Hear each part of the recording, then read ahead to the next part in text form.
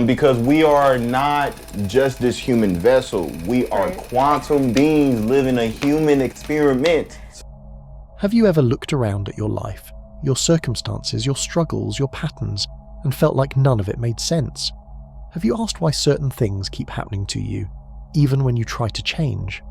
Or why you were born into this particular body, family, culture, or timeline? The soul's choice. Why you're not here by accident. There's a deeper answer, one that doesn't come from the mind but from the soul, and it begins with this truth. Before you were born, your soul chose this life. This might sound strange at first. Why would any soul willingly choose difficulty, heartbreak, or limitation? Why not choose only joy, wealth, beauty, or ease? But that question only arises when we look at life through the lens of survival. The soul doesn't come here to survive. It comes here to remember, to grow, to evolve. And sometimes the most powerful growth requires the deepest contrast. In many ancient spiritual traditions, from the Tibetan Bardo teachings to the Vedic texts of India, and even early Gnostic writings, there's a recurring idea that the soul exists long before the body and that it returns again and again not by accident, but with purpose. The soul isn't thrown into life. It enters it with intention, and not just any life, this life. The one you're living right now with all its texture, its pain, joy, losses, synchronicities, and strange repeating cycles, was chosen. Not in the way we pick a movie or a meal, but more like how an artist chooses a canvas. Your soul saw the potential of what could be created here, not just what would be easy.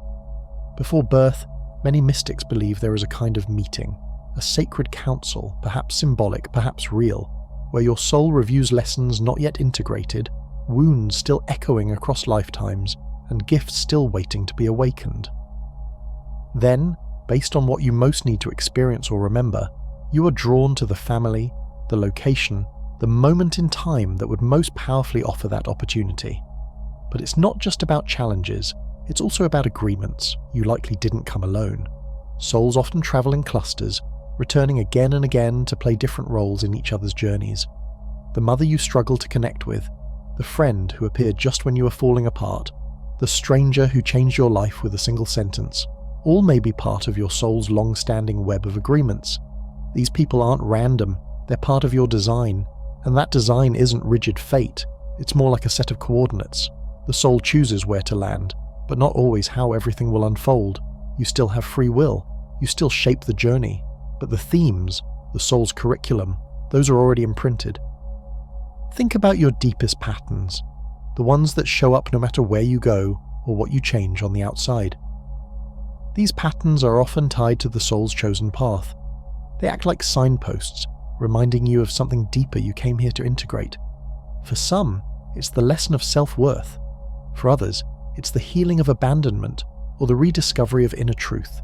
For many, it's about breaking generational patterns that have never been questioned until you arrived. This is why some of the most spiritually awake people go through the most turbulent beginnings. It's not punishment, it's preparation. The soul often chooses contrast, not to suffer, but to spark awakening. Because when the soul feels what it's not, it begins to remember what it is. Carl Jung once said, "I am not what happened to me, I am what I choose to become." And that choice begins with awareness. The moment you begin to understand that your life is not random, your healing begins to accelerate. You stop asking, "Why me?" and begin to ask, "What is this trying to show me?" That small shift cracks open the door to the soul. This doesn't mean bypassing pain. It doesn't mean every trauma was meant to happen. But it does mean your soul saw something in these experiences, something that could activate your deeper knowing, something that could initiate you into your true self. You see, we tend to think of awakening as a gentle, peaceful journey, but for many, the soul's remembering begins through breakdown, confusion, or even despair. Those moments when everything you thought you knew dissolves, those are soul moments. They feel like endings, but they are beginnings in disguise, because once the illusions fall away, you are left with something raw and honest, yourself. And when you stop trying to be who the world told you to be, you begin to hear the echo of the one you've always been. It's there in the stillness, in the space between thoughts, in dreams, in déjà vu, in the pull you feel towards certain books, places, symbols, or people. The soul speaks through resonance, not logic, through patterns, not timelines. You'll know it by what moves you. So if you feel out of place in this world, you're not alone. Many old souls do, especially those who came with the task of disrupting the norm, breaking ancestral cycles, or helping to shift collective consciousness. Fitting in was never the goal, awakening was, and it begins when you realize this life was never random. The soul's blueprint, reading the patterns you were born with. If your soul truly chose this life before birth, then that means nothing about you is accidental. Not your personality, not your struggles, not your strengths, and definitely not your patterns. They are part of a design, a blueprint, one your soul laid out long before your first breath. But how do you read that blueprint? How do you recognize the signs that your life is following a deeper plan? Start by observing what repeats, not just what you've done, but what you feel drawn to, what always seems to return to you, and what won't leave you alone no matter how much you try to outgrow it. These aren't just coincidences. These are threads in your spiritual DNA calling you back to something your soul still wants to understand, heal, or fulfill. The ancients had a word for this: Dharma. It's more than purpose. It's your soul's function, the unique way you're designed to move through the world and contribute to it. Every soul has a path, a natural current. But when we resist it, when we try to live someone else's life, fulfill someone else's expectations, we begin to suffer. Not because life is against us, but because we're swimming upstream against our own blueprint. Look at your childhood. The early experiences, the emotional climate, the dynamics in your family, all of them hold clues, not because your soul was trying to create drama, but because it knew those conditions would awaken certain qualities in you. Maybe you had to become strong, or sensitive, or intuitive. Maybe you had to develop empathy because you were surrounded by misunderstanding. Or maybe you had to learn how to speak your truth in a place that never made room for it. These early moments are often the keys to your deepest wisdom. Carl Jung believed that every life is a story, and that the unconscious mind speaks in symbols. He saw dreams, synchronicities, and even personal struggles as symbolic messages from the soul. Not everything should be taken literally. Instead, we must look through the events of our life, not just at them. For example, if you've always felt like an outsider, it might not be because something's wrong with you. It may mean your soul came here with a different frequency, one meant to observe from the edges, to see what others cannot see. If you've struggled with relationships, maybe your soul is trying to teach you radical self-love. If you've experienced betrayal, perhaps it's about learning discernment and boundaries, lessons that could only be born through contrast. The soul rarely learns through comfort. It learns through experience, through cycles, through relationships, and especially through the moments that don't go according to plan. But here's the thing, even your missteps are part of the map, because what you resist often contains the very medicine your soul came for. You'll notice that certain wounds carry weight, not just for you, but for your lineage. This isn't random. Many souls choose to incarnate into family lines that carry unresolved emotional or energetic baggage. Why? Because your soul knows that healing the past is one of the most powerful ways to create a different future. You might be the first person in your family to say, "This ends with me." You might be the one who refuses to shrink, to silence your truth, or to repeat patterns of fear, control, or abandonment. That doesn't make your life easy, but it does make it sacred. The soul that agrees to carry such a task is not weak, it is ancient, and it doesn't do it alone. Remember those recurring people? The ones who show up in your life like catalysts, breaking you open, challenging you, awakening you. These are soul agreements.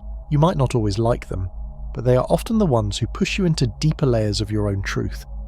Even the ones who leave pain in their wake, especially them, are often part of your curriculum. That doesn't mean you have to keep them in your life. Forgiveness doesn't always require contact, and freedom doesn't always mean reconciliation. What matters is that you recognize the lesson. That you ask, what did this teach me about who I am? When you begin to ask that question sincerely, patterns start to soften. Cycles that once felt like prisons start to feel like invitations. And life itself stops being something that happens to you and becomes something that responds through you. This is where you start to remember who you were before the world told you who to be. and in that remembering your soul blueprint becomes clearer, you'll find that the things you've always been drawn to, certain places, types of work, creative outlets, even periods in history, are not just interests, they're echoes of lifetimes past, of wisdom you've carried through time. The soul never forgets where it has been, and it will try again and again to lead you back to your original frequency. It's not your job to force it, just to notice, to listen, to follow what feels alive, even if it doesn't make sense. Because the soul speaks in resonance, not logic. In the next part, we'll explore how free will works within this blueprint, how your choices shape the soul's path in real time, and how to know the difference between resisting your path and rewriting it. Because while your soul may have chosen this life, you're still the one walking it, and every step you take is sacred. If your soul chose this life, then you might wonder, how much of it is already written? Do you really have free will? Or are you just acting out a role that was scripted before you arrived? Free will within destiny, walking the path you chose. This is one of the most mysterious and important spiritual questions, one that many philosophies have explored, and the answer isn't simple, but it is freeing. Imagine your life like a vast landscape. Before you were born, your soul chose the terrain, mountains to climb, rivers to cross, hidden valleys to discover. These are the major themes of your life: growth, healing, awakening, remembering. You can't change the shape of the land, but you can choose how you walk it. That's where free will lives, not in avoiding the journey, but in choosing your steps, in how you respond to what shows up, in how you grow through it, and most importantly, in whether you walk the path asleep or awake. Some people move through life passively. They react, they follow what's expected, they avoid discomfort, repeat cycles and resist change. This is not wrong, but it is the slow path. The soul will still guide them. The same patterns will return again and again, not as punishment, but as reminders. Until one day, something shifts. That shift is what many call awakening. It's the moment you stop seeing life as random. It's when you realize every trigger has a root, every heartbreak has a lesson, and every experience is pointing back to something inside of you. When that happens, you start living consciously. You stop just existing and start participating in the evolution of your soul. This is when free will becomes powerful. It's no longer just the freedom to choose between options. It becomes the ability to shape the meaning of your life. You might not have chosen the wound, but you can choose to turn it into wisdom. You might not have chosen the loss, but you can choose to create something beautiful from the emptiness it left behind. This is how you co-create with your soul. Many ancient texts reflect this dual truth, that fate and freedom exist together. In the Bhagavad Gita, Krishna tells Arjuna that he must fight a war he was born to face, but how he faces it is his choice. In Sufism, the concept of takdir suggests that destiny is written, but it's your consciousness that determines how you read the script. So what does this look like in your daily life? Start by becoming aware of the moments when you feel stuck. Often, stuckness is not a block. It's a sign you've outgrown an old pattern. It's the soul's way of saying, this path no longer leads where you think it does. That job, that relationship, that way of thinking, it may have served you once. But now it asks for transformation. You don't need to figure it all out at once. Just take one conscious step. Say no when you usually say yes out of guilt. Tell the truth when silence would be easier. Follow the pull towards something strange but magnetic. An idea, a place, a person. These small decisions are how you shift timelines. They are how your free will interacts with your destiny.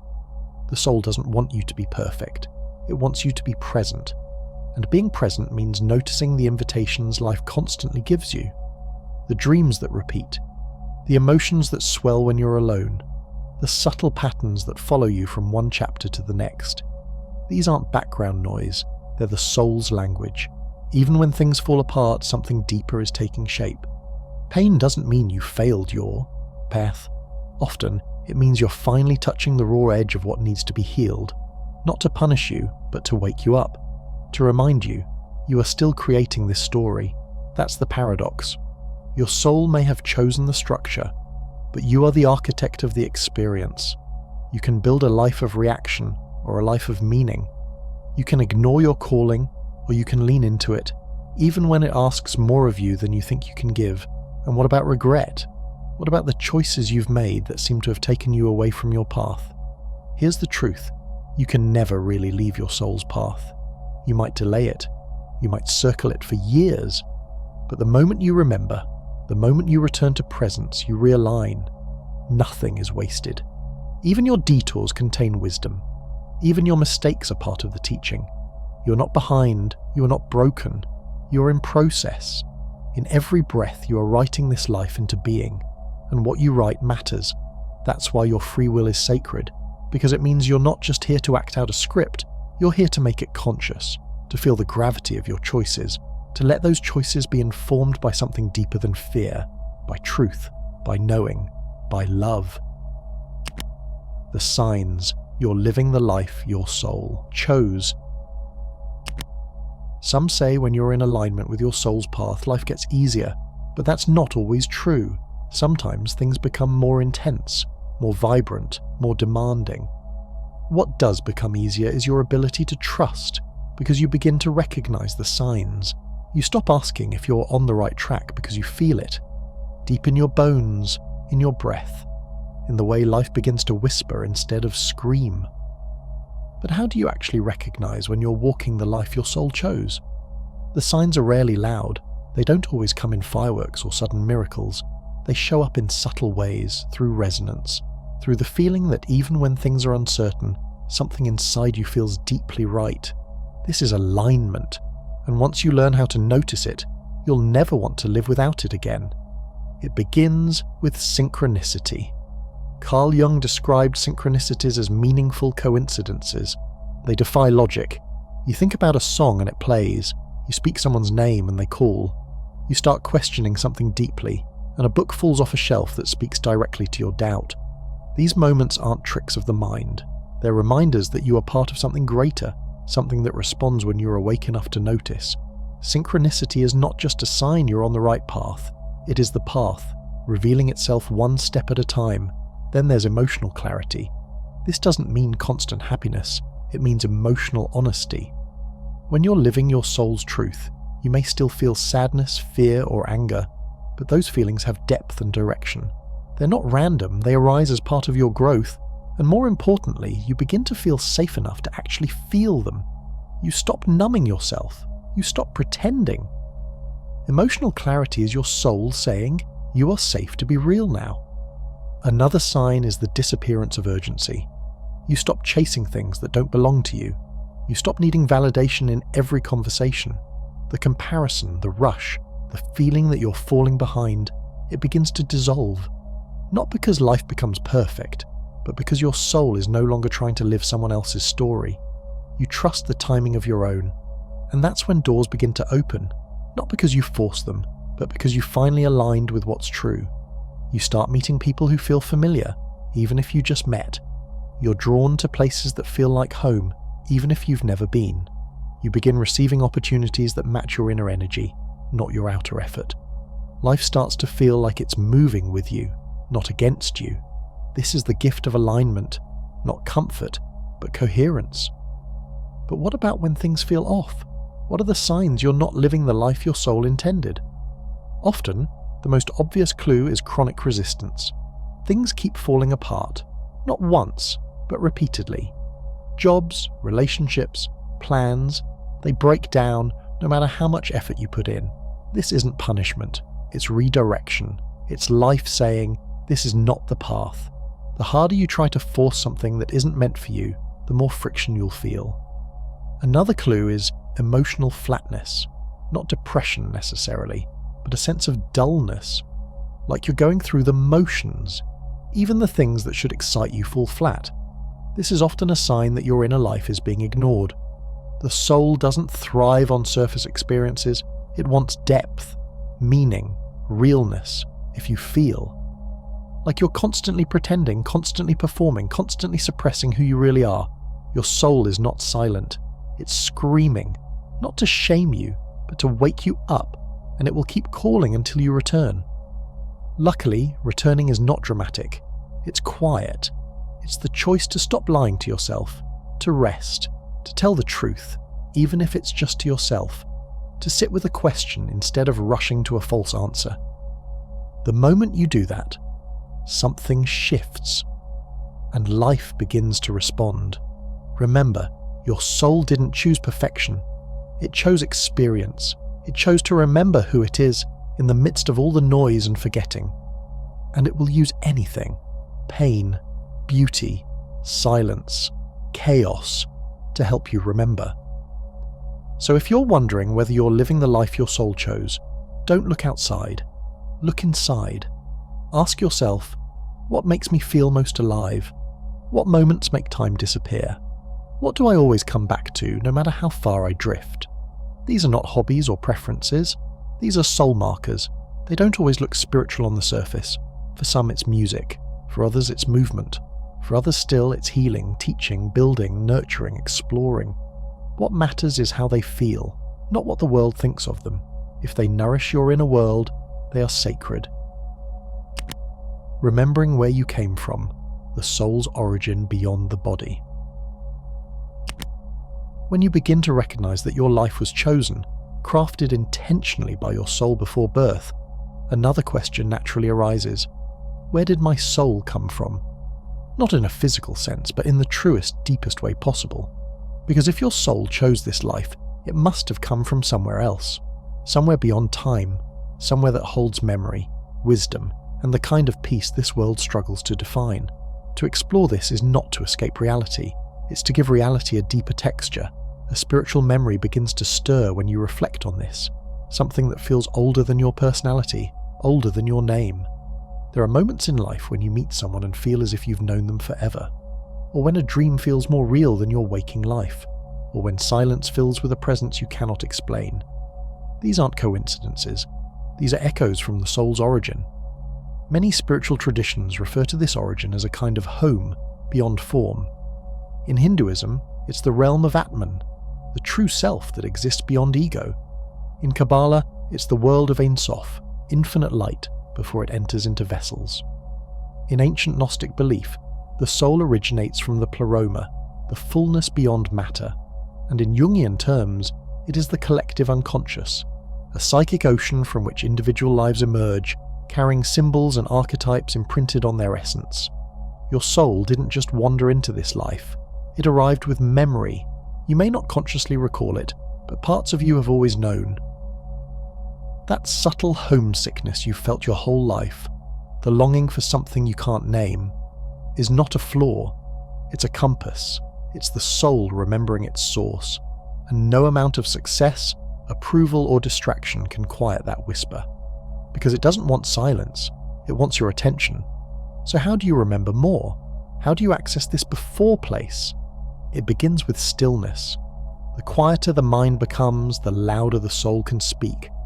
This is why so many mystics, philosophers, and seekers speak of silence as sacred, not as emptiness, but as a doorway.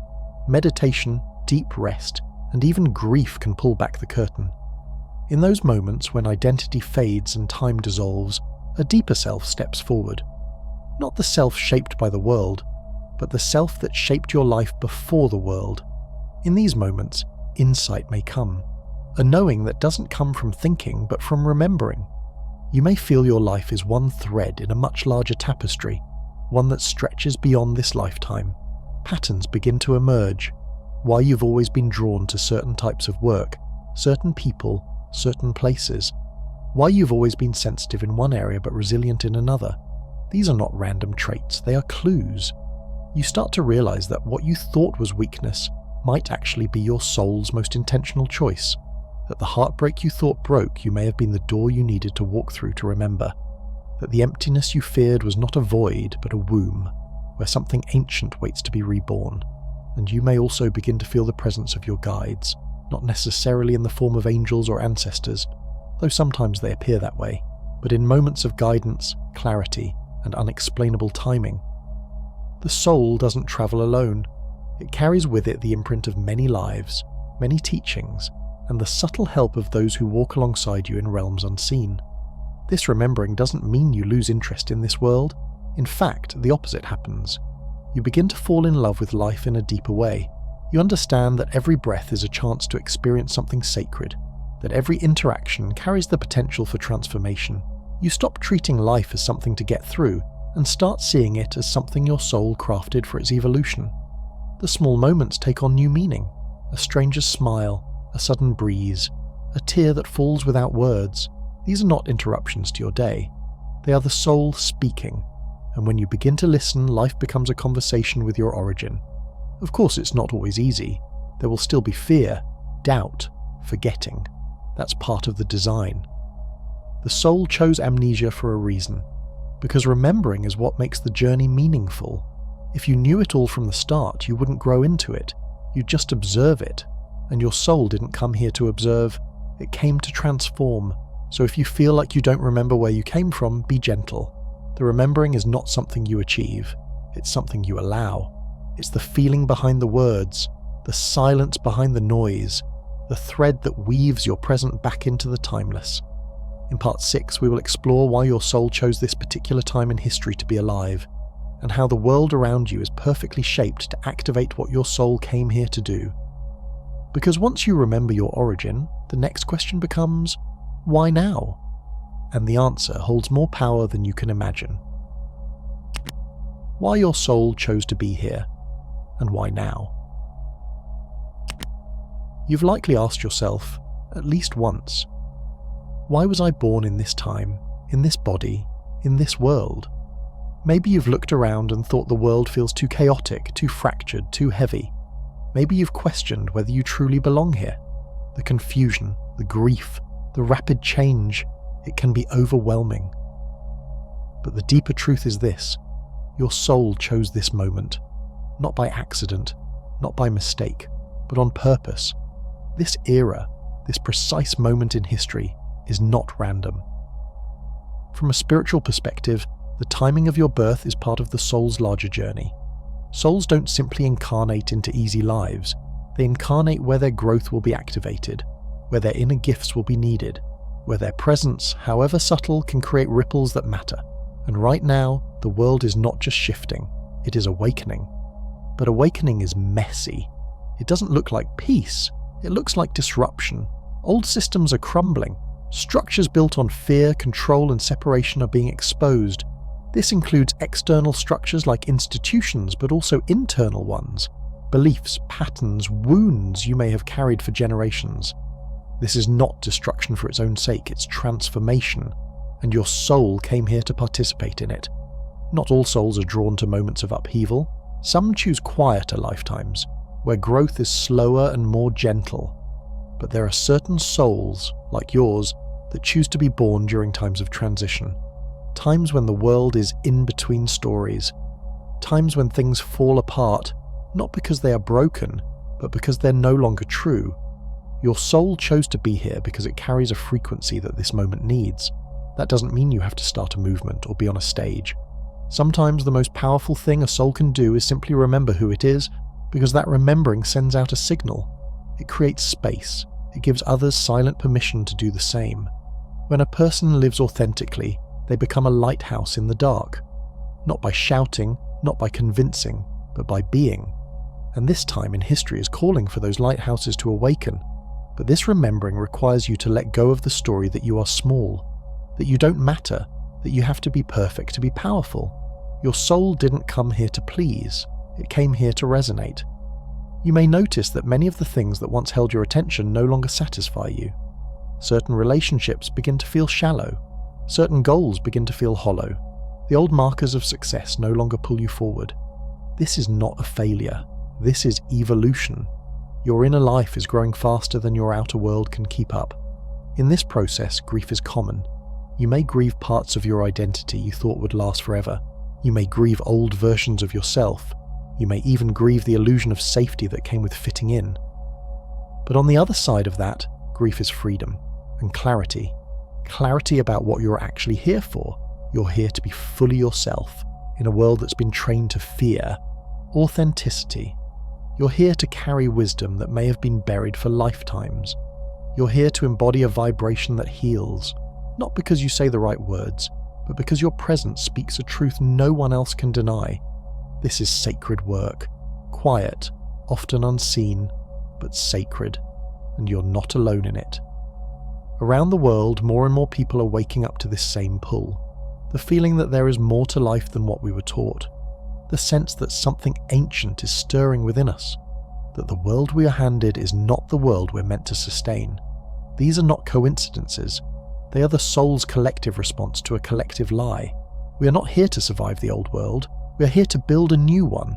But to build that world, you must first remember what's real, what matters, what you truly came here to do. And that clarity doesn't come from following others. It comes from going inward, from listening, from trusting that strange but persistent feeling that there's more waiting for you, if only you stop pretending to be less than you are. This is why your soul chose this time, because it knew that within the pressure of this era you would awaken, you would remember, you would rise, and the moment you begin to live from that knowing, you become the very thing you've been searching for. Not a savior, not a leader, but a living signal, a reminder that the soul is real and that it is alive inside every single one of us, waiting to be remembered. I hope you enjoyed this video. If you did, feel free to subscribe to the channel. Thanks for watching.